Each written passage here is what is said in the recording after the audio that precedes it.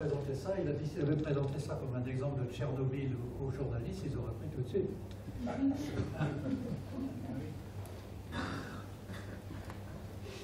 Alors je vous montre ce qui est affecté en Chine, pour ces deux choses. Vous voyez que la Chine, c'est vraiment... Ils sont soumis à toutes ces choses. Donc ici, c'est la province chenique. Un peu partout, la fluorose, il y a 10 millions de personnes affectées. Alors, il y a des problèmes respiratoires, bon, j'en passe.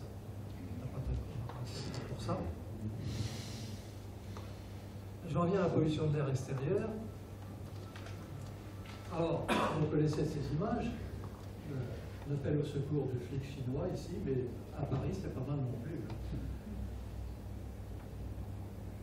Donc, ce sont les particules PM2,5 qui présentent le plus grand danger. Bon, j'ai essayé d'estimer à peu près les 2 tiers de la mortalité entraînée par la pollution de l'air extérieur, il y en a de ces particules. Bon, il y a eu des tas de rapports, on a beaucoup parlé de 42 000 morts dans un rapport, machin, c'est ce qui circule actuellement. Pourtant, les concentrations moyennes annuelles sont faibles. Finalement, il y a des pics de pollution, mais la concentration moyenne dans les villes françaises, c'est de l'ordre de 10 à 30, c'est très faible, microgrammes par mètre cube d'air. Alors Bordeaux, puisqu'on est à Bordeaux, c'est 15 ou 16. Enfin, c'était 15 ou 16 ces dernières années. Maintenant, je ne sais pas. Donc, M. Juppé a peut-être fait quelque chose dans ce domaine. Alors, les combustibles fossiles ne sont pas seuls responsables. Et comme je disais, il n'existe pour l'instant aucune étude spécifique de leur contribution. Moi, ce que je vais vous livrer, c'est de grandes approximations. En espérant qu'on va faire. Alors, comment fait-on pour évaluer ces choses-là? Eh bien, il y a d'une part les effets à court terme, c'est ce qui est lié à ce qu'on appelle les pics de pollution. Alors ça, c'est un grand exemple, ça c'est un signe noir. C'est le fameux Grey Smoke de Londres en 1952.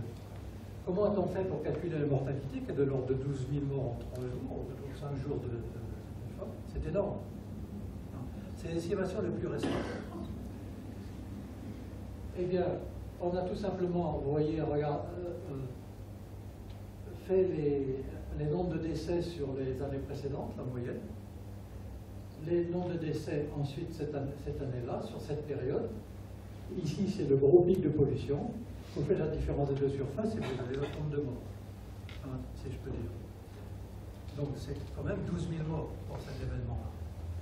C'est quand même le signe noir de la pollution atmosphérique, je pense. Peut-être qu'à Pékin, on fait mieux, me semble. En Europe, je ne crois pas.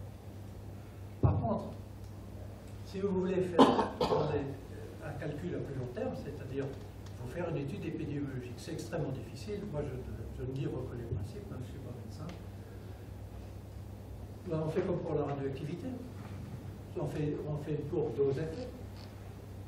Donc la dose reçue au cours d'une certaine période, et fonction de la concentration du polluant dans l'extérieur, la durée d'exposition, et puis ici on évalue un risque relatif de mortalité.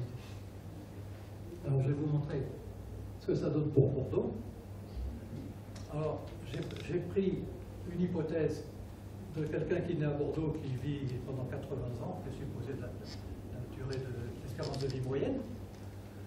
Et quelle est la perte d'espérance de vie qui va résulter de vivre à Bordeaux à cause de la pollution extérieure? Avec 15,7 microgrammes par mètre cube, c'est ce que j'ai pris dans les rapports. Et là, j'ai mis 2 courbes dose-effet. L'une qui vient de l'INVS, qui est, comme vous savez, l'Institut national de veille sanitaire, qui résulte d'une étude sur 9 villes françaises qui a été faite sur 2004-2006, donc qui est déjà ancienne. Et ça, quelque chose qui vient de sortir, c'est tout frais, d'un groupe de Hollandais, et c'est quelque chose de beaucoup plus important par son étendue, un travail plus important. Et on remarque qu'il y a quand même une grosse différence entre les deux.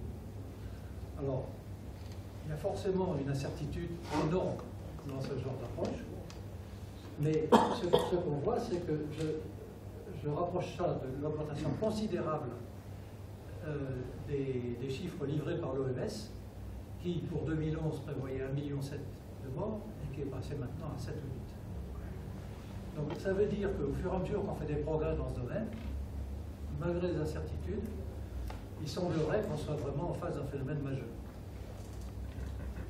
Bon, Pourquoi les 900 et Alors, les 22? ça veut dire ça que vous avez une augmentation de risque de mortalité prématurée pendant cette période de 9,5%, ce qui n'est pas négligeable, et c'est 22% si vous passez sur la courbe au-dessus.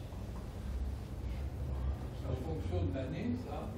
Ben, simplement, un bébé né à Bordeaux, il va rester 80 années à Bordeaux. Ah d'accord, c'est son âge. C'est le déroulement des années et l'augmentation du risque de mortalité prématurée par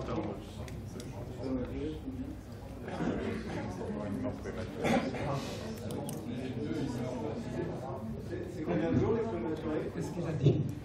J'ai dit À que 80 ans, les vieux, ils meurent facilement. Oui. Ça, c'est alors, étant donné le rôle important des particules de sable, j'ai regardé un petit peu quelles étaient, pour les combustibles fossiles et le bois, parce que c'est... quelles étaient les sources, finalement, par secteur d'activité.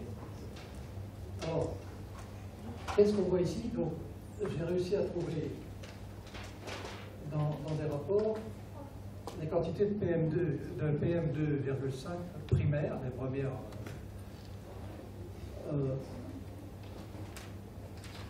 pour différents secteurs d'activité qui étaient émises. Alors l'énergie, l'industrie, le résidentiel tertiaire, les carburants, l'agriculture, et ça c'est le total. Donc vous voyez que ce qui se voit comme le nez au milieu de la figure, c'est le rôle de résidentiel tertiaire, c'est-à-dire le chauffage.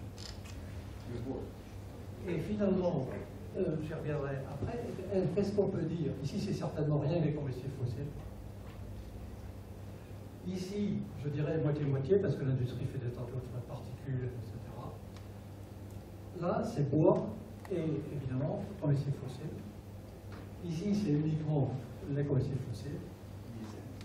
Ici, c'est beaucoup plus l'ammoniac, les engrais nitratés et les nitrés qui font des particules. Et vous voyez que la France ressort très nettement. Eh bien, ça vient essentiellement du fait que la France est le premier utilisateur de bois énergie pour le chauffage. On y reviendrait, c'est-à-dire la responsabilité du bois, finalement, dans cette pollution atmosphérique en France est particulièrement importante. J'en ai discuté avec le CITEPA, j'en ai discuté avec les etc.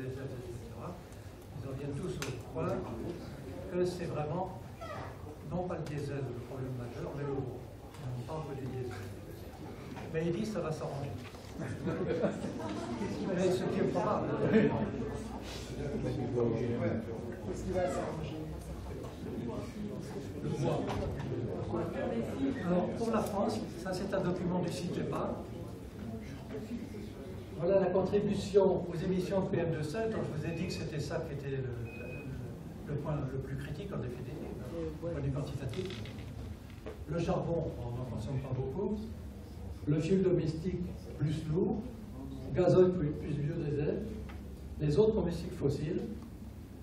Le total des combustibles fossiles. Le bois.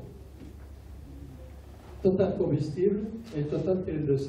Donc vous voyez, la part finalement des combustibles est considérable pour ce PM2,5. Mais le bois, chez nous, joue un rôle important.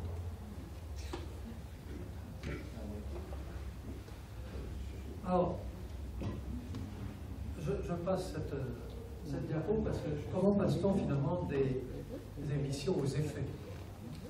Eh bien, on utilise évidemment les données d'émission. Bon, je suppose qu'elles sont données par les producteurs eux-mêmes, j'en sais rien, c'est pas exactement.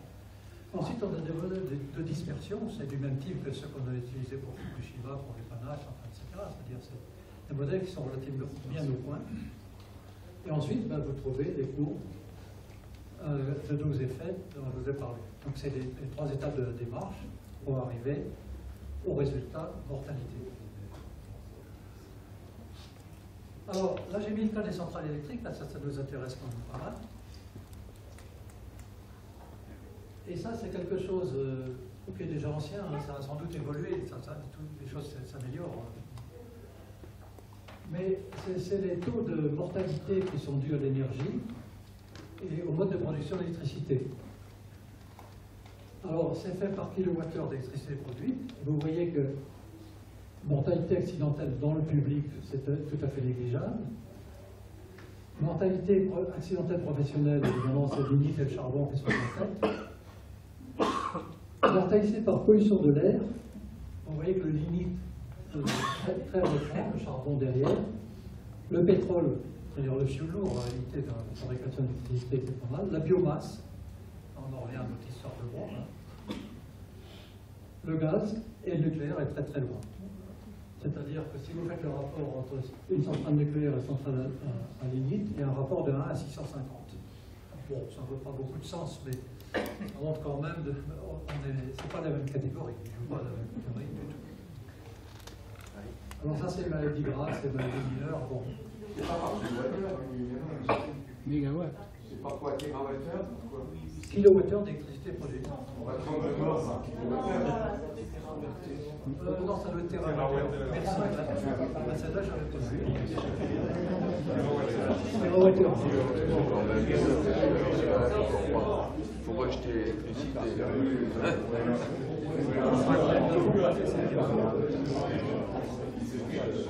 Alors ça, c'est une version graphique de ce qu'on a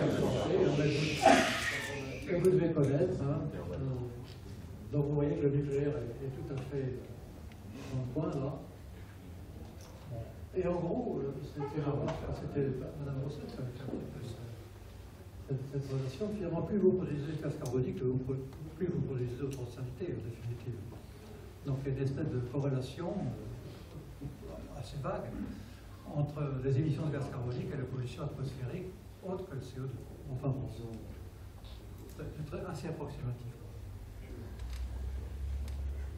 Bon, j'en viens au bilan et conclusion. Oh, bah,